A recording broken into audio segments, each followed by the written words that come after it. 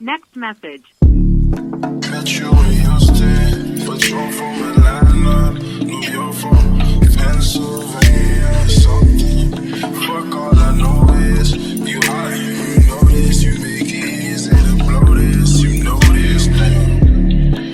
Hurricane that ass for me, shaped like a glass for me. It's like I knew what I liked.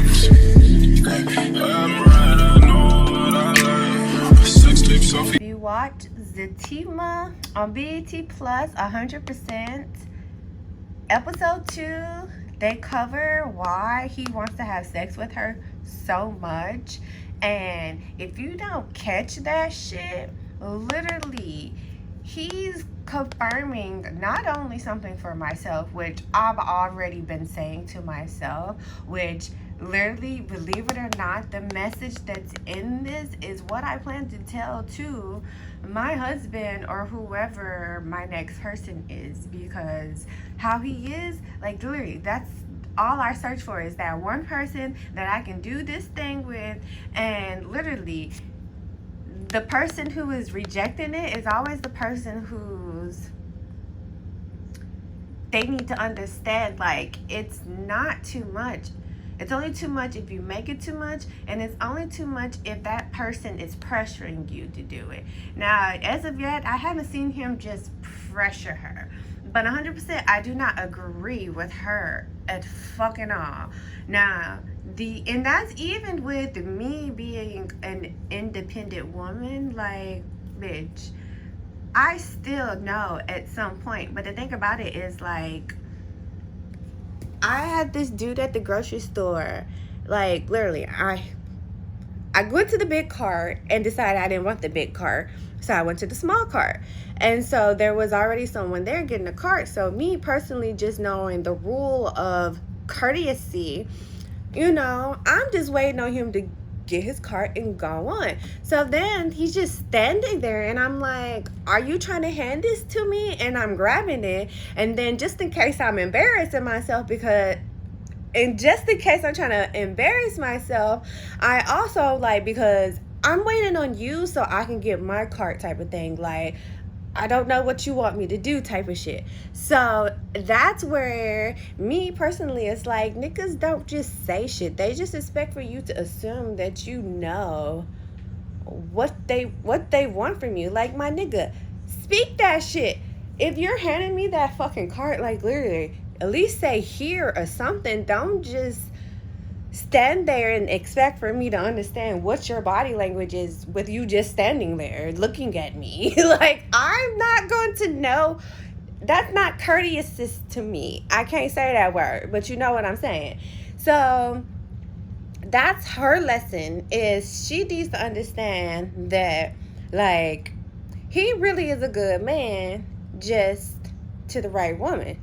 And that's where on Sisters, Karen couldn't understand. That's so funny. I always laugh that her name is Karen. But Karen just ain't getting it. Like, there's obviously something about her that makes him feel protected enough that he will open up more. And she knew that. But,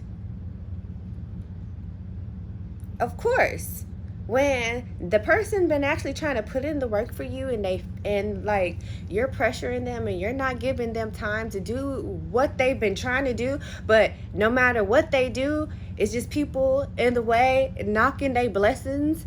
Like, yeah, like, unfortunately, you miss out on that good shit. So it's so much relatability to his story in Zatima, and honestly in Sisters, but more so in Zatima. Like, I'm just a male Zach type of shit. That's all I can say about that, is I'm just a male Zach, but I am a female Fatima. Only thing about it is I just never had love. So it's like, how you expect me to know how to show you love if I haven't even experienced it? Like, and then you're holding back from me. Like, you can't hold back from me and then expect for me to still fucking love you. Like, no, goodbye. I have to protect my peace. And this is me, my inner child. Hence the message in Zatima. Like, everybody doesn't understand. Like, I steady chase my inner child. Like, my inner child knew that she would be a millionaire.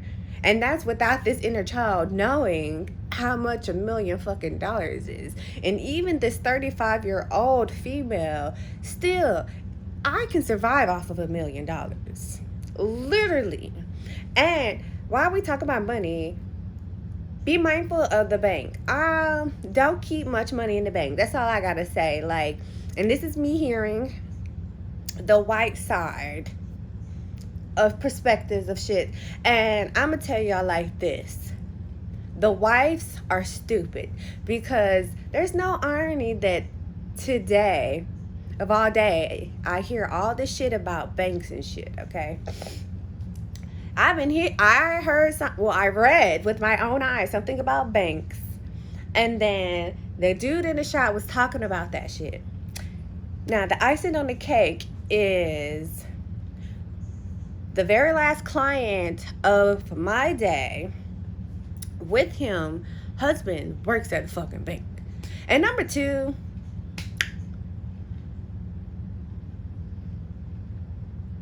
I ain't gonna say that part. I ain't even gonna say that part.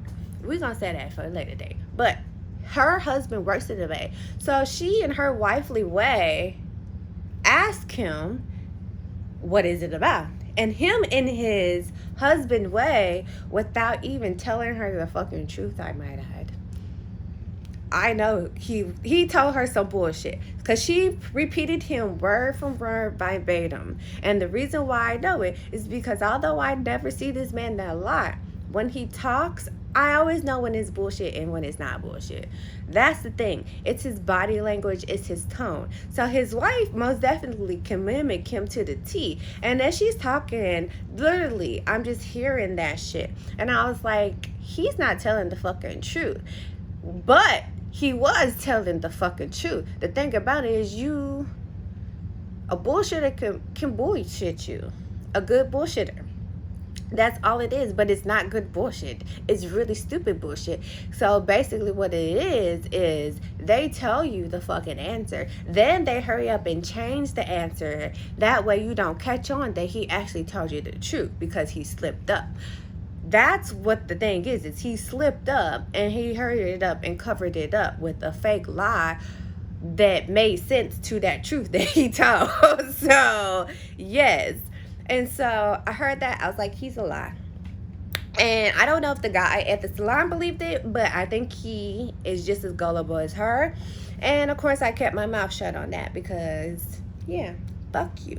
Because what's going on with the banks is that a lot of banks may be closing. And this is me catching that shit with my own bank, Capital One. Now, am I concerned? Not really. I'm really not. Because I personally have always been mindful of the things that I do. And 100%, I've already got a confirmation from my spiritual guides on what to do in case God blesses me. So remember that shit. But don't remember that in a way to make you think that yo bitch is rolling in dough. Like, don't think it like that, because I'm not that fucking stupid, dad. Like, I will bait trap you like shit in my fucking house if you even remotely think you know where I got some shit hidden. That's what that is. You will get a booby trap out of a booby trap out of a fucking booby trap. When I tell you, you will have to play Where's Waldo to find the dirt that you want. You will have to play Where's Waldo. And the thing about it is, I'm gonna let you think what you want to think. You want to assume? Okay, keep assuming that. Yeah, keep assuming that. Because when I surpass you, you gonna be looking at me like, but bitch, I thought you just got fucking robbed. Yeah, that's because you thought I was stupid. So, that's all I got to say about that. And then, so back to the story wise, he's basically rolling in dough. Karen tried to get her back, get him back, but it's too late. Zatima done already hit the picture with boss ass energy. Boss. Like she is a boss. I love Zatima. And yes, the thing about the message in this is him telling her how beautiful that she really is. Because although she tells herself these things, me in true Zatima fashion, yeah, we so used to having to hype ourselves up that when somebody else is hyping us up, like unless you just physically state that shit, we not gonna catch on to that shit.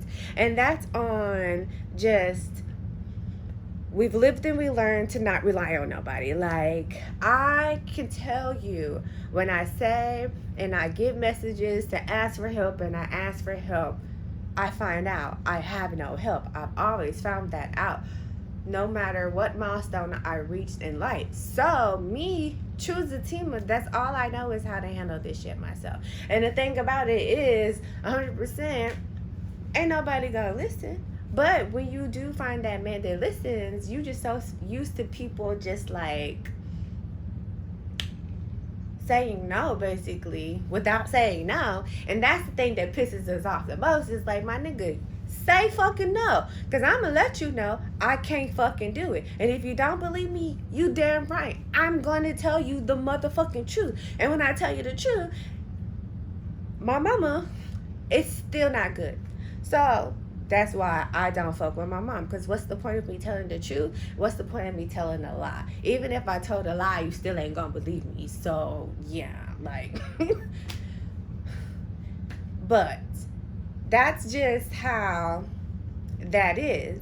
And she doesn't want, it's so crazy I'm speaking on this because this may not even be the whole thing, but I won't be surprised if it's her mother just being too controlling.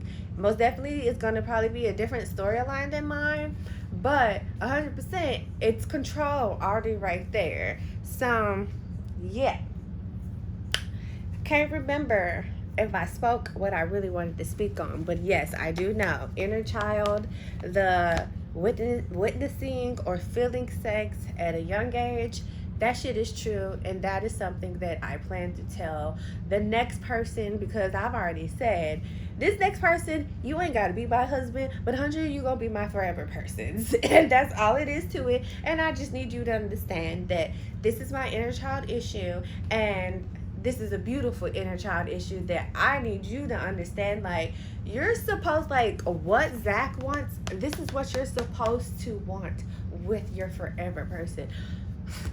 Bitch, like, and the thing about it is, like, granted, he's not gonna stop her flow, he's not gonna stop her hustle 100%. He is trying to let her know, like, bitch, you can just go to fucking school right now and I got you type of shit. So yes. There's just so much about that inner child thing that what's going on in this episode talks about. You just don't know how beautiful that is. And that's me reading books. Literally, it's my books letting me know, like, this is what love really should be like. This is how this should be like. Like, the shit that black folks go through versus the shit that the bougie black folks go through is, in a sense, it's a little different. But yes, like, I don't purposely read love books, but literally, I just look for a black author, I read it, if it sounds juicy enough, if it sounds tantalizing enough, I get it type of shit. So, yeah. I'm looking for, yeah, it's that bird in the VIP line with the V-time and the East Run. Used to drive a Nissan, and she in a Pima. I don't want her.